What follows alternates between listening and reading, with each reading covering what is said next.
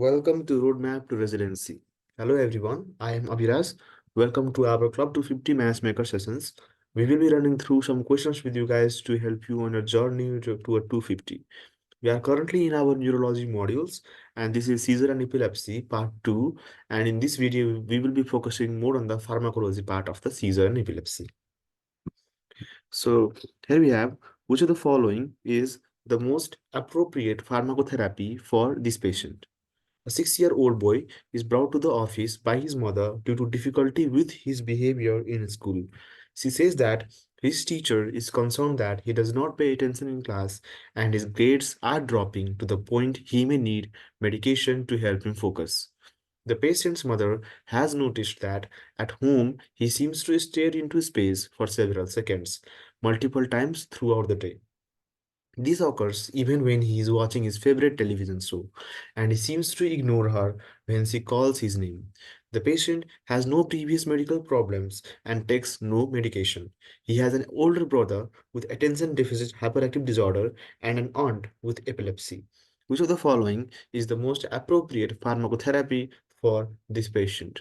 So here you can see the patient is a 6-year-old boy and the patient is having staring spells. Okay, now staring spells, the question is clearly telling that he's having these staring spells even when he's watching his favorite television show, which means that the patient is involuntarily losing his consciousness. There is some pathology going on which is making him lose his consciousness, or which making him lose his attention. And the typical characteristic to diagnose absence seizure, actually the patient from here is suffering from the absence seizure, is by that the patient is having stirring spells and the patient does not answer to his mother in these episodes. Now, which of the following is the most appropriate pharmacotherapy for this patient? Carbamazepine, ethosuximide, lorazepam, methylphenidate, or phenobarbital. Now, absence seizure is when there is sudden impairment of consciousness, staring spells, preserved muscle tone, responsive to tactile or verbal stimulation, short duration that is less than 20 seconds, simple automatism frequently present, and easily provoked by hyperventilation. Diagnosis is when the EEG shows 3 Hz spike wave discharges during episodes. Treatment is ethosuximide. So you can see the diagnosis to confirm we need to do the EEG during the episode, and that is very, very difficult. Okay. So we just diagnose it clinically according to the history, and if there are any videos available by the mother of these spells, then we just diagnose it clinically and then we start the drug. The thing with seizures and epilepsy is that, guys, the it is better to start the drug late than to start the drug in the wrong way, because once you start the drug, once the patient starts taking the drug, then you cannot stop the drug abruptly. Okay, then you have to continue the drug, and then you have to taper the drug, so that the decision to whether to start a drug or not is very, very crucial. So you need to be confirmed that this is seizure, this is epilepsy, and I need to start this drug, because once you start the drug, it is very difficult to stop the drug. Now, absence seizures are a type of generalized epilepsy present in children of age 4 to 10 as brief staring spells with a momentary lapse in consciousness. Automatism, such as rhythmic blinking or repetitive lip smacking, may occur. Most absence seizures last approximately 10 seconds, and behavior and awareness typically return immediately to normal following an attack. The patient experiences no post-ictal period and usually has no recollection that a seizure has occurred. Absence seizures are characteristically provoked by hyperventilation, and electroencephalogram will show generalized 3 Hz spike wave complexes. Treatment of absence seizures is typically with ethosuximide, which inhibits the T-type calcium channels in thalamic neurons. Valproate can also be used if first-line therapy is not tolerated or ineffective, and childhood absence epilepsy is typically benign and seizures often resolve before puberty. So the answer to this question is option number B, ethosuximide. Now, talking about the pharmacology of different antiepileptic drugs, we need to first know about the presynaptic and postsynaptic processes that are happening in the excitatory neurons and all. So whenever there is action potential, the voltage gated sodium channels open. And when the sodium enters, it causes depolarization. And this depolarization causes a voltage gated calcium channel to open. Now, when this voltage gated calcium channel open, they combine with the vesicle, and there is a release of glutamate from these vesicles. Now, these vesicles contains glutamate, and due to the action of calcium, these vesicles gets released into the synaptic cleft, guys. Now, in the postsynaptic neuron, again, there is injury of the sodium and a calcium, and the glutamate acts on its receptors, and then it causes depolarization. Okay, depolarization, and the action potential is carried forward. Now here you can see, if you just block the sodium channel, then the depolarization cannot occur. So the sodium channel blockers are phenytoin, carbamazepine, valproate, lamotrigine, and topiramate. If we just block these calcium channel blockers, then even if there is depolarization, since the vesicles cannot fuse with calcium, the glutamate will not be released. So calcium channel blockers are gabapentinoids, ethosuximide, or valproate. Also, we have some SV2A receptor antagonist. So SV2A receptor is where the calcium binds with the vesicles. So if you just block this receptor, then see, sodium is coming in, calcium is coming in, but since calcium is not going to show its effect, then the glutamate will not release. So there is SV2A receptor blocker, which is called as levetiracetam. Again, this is the GABA A receptor. No, through the GABA A, there is entry of the chloride channel. Okay, entry of the chloride. Now, this chloride causes inhibition of depolarization. Okay. Now, if there is inhibition of depolarization, then the action potential will not be carried forward. So, what we can do is that we can increase the activity of this GABA receptor. You know that GABA is an inhibitory neurotransmitter. So, if we just increase the activity of this GABA receptor, then that can cause the inhibition of depolarization, and there is decreased action potential, or there is decreased firing. So the GABA A agonists are benzodiazepines, phenobarbital, and topiramate. Okay. Now we can see that here, when the GABA gets released, here from the GABAergic neurons, or when the inhibitory neurons, then this GABA again goes into reuptake, okay, by the GABA channels. So, and these GABA, when gets reuptake, these are again changed into succinic semi-aldehyde by the enzyme GABA transaminase. Now, if you just block this enzyme, then there is increased availability of GABA. Okay, there is increased availability of GABA. So this GABA transferase blocker is called as valproate, which is a very, very important drug in case of epilepsy. So if you just increase this GABA, then more GABA is present here, and this GABA can show its action on the GABA A receptor. When the GABA acts on the GABA A receptor, then the chloride channel opens, and the chloride can move inward and inhibit the depolarization, which can inhibit the action potential subsequently.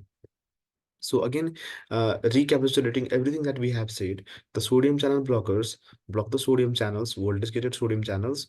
The calcium channel blockers block the voltage-gated calcium channel, and the SV2A receptor blocker block the SV2A receptor. Now, this all will decrease the glutamate release from the vesicle. But what if we do not want to act on the excitatory neuron, but we want to act on the postsynaptic neuron? Well, we also have drugs for that, like GABA A agonist, and indirect effects showing drugs like GABA transferase blocker or valproate. Now, talking about the individual drugs, so there are some narrow spectrum drugs like phenytoin, carbamazepine, and gabapentinoids. Now, phenytoin and carbamazepine, they block the sodium channel. The common adverse effects include sedation, dizziness, diplopia, gingival hypertrophy, hirsutism, drug interaction, that is CYP450 induction. Now, these common adverse effects are the ones that are also tested very commonly in the examination. So there are some other rare side effects like SJS, Stevens-Johnson syndrome, okay, drug-induced reactions, hepatotoxicity, neuropathy, osteoporosis, folate depletion. So there is one question which is very, very hit question. Whenever the patient is taking phenytoin and carbamazepine, we have to supplement the patient with folate, and this folate depletion can also cause teratogenicity. So we do not want to give phenytoin in the pregnant patient. Then carbamazepine, it can cause sedation, dizziness, diplopia, vomiting, diarrhea. Okay, there's hepatotoxicity, granulocytosis, aplastic anemia. And there is another group of drug called as gabapentinoids. Now, these gabapentinoids block the calcium channel, which can cause sedation, dizziness, ataxia, and weight gain. There is some narrow spectrum drugs like ethosuximide, which can act on the absent seizures only. They also block the calcium channel and they can cause sedation, dizziness, and vomiting.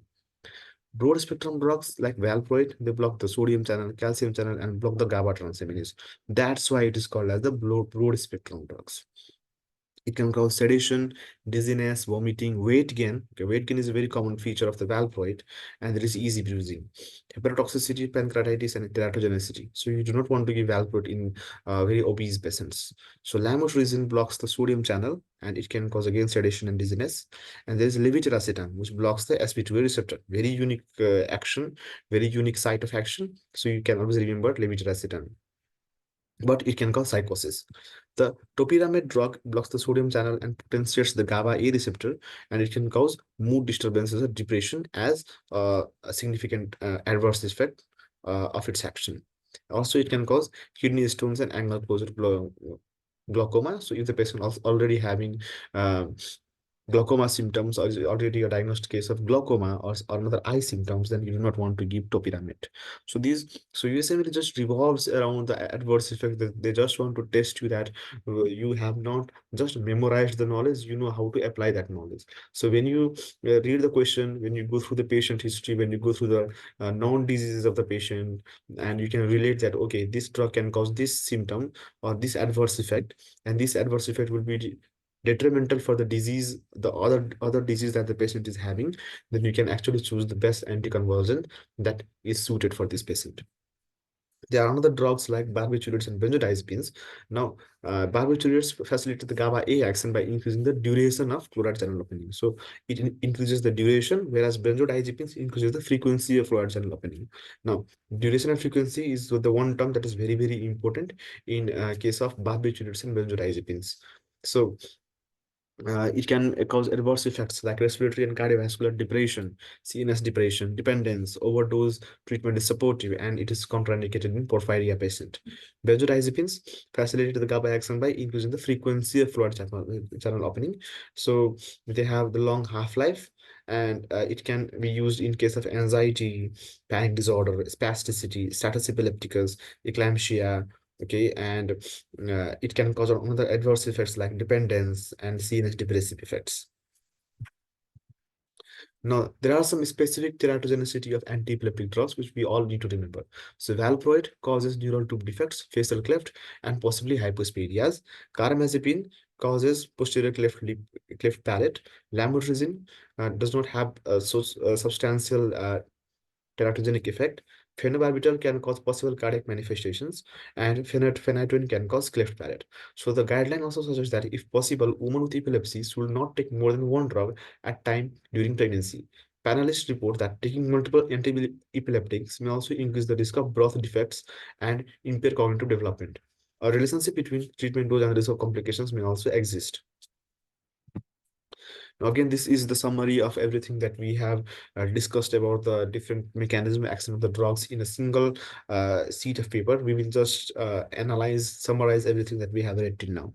So whenever there is propagated action potential, there is injury of the sodium, which causes depolarization, which causes vesicular release by the combination of with calcium. So blocking the voltage gated sodium channel, we have the sodium blockers, sodium channel blockers here. We have the sp2a receptor blocker, levetiracetam. We have the potassium channel blocker. Okay, now this potassium channel blocker may be retigabine. Okay, it is not generally used these days. And there is gabapentin and pregabalin. Okay, which can just block the calcium channel. And there is the GAT1 receptor, which is tiagabine. So MLE generally don't generally test you around these GAT1 and retigabine receptors, but it is always safe to know these things. So just remember that if there is anything that is not fitting in the spectrum and you don't know what to answer, and there is, if you can see the potassium or GAT1, and if there is any drug showing a bean, then you just choose that drug. Again, we have ethosuximide, retigabine also here, the potassium channel, and Okay, so this is all. And there is again the GABA A receptor chloride channel, which can go, and we have the action of benzodiazepines and barbiturates, increased urgency, increased frequency. So again, we have one more question here. This patient should primarily be cautioned to avoid which of the following drugs. A 65-year-old man is undergoing rehabilitation after a stroke.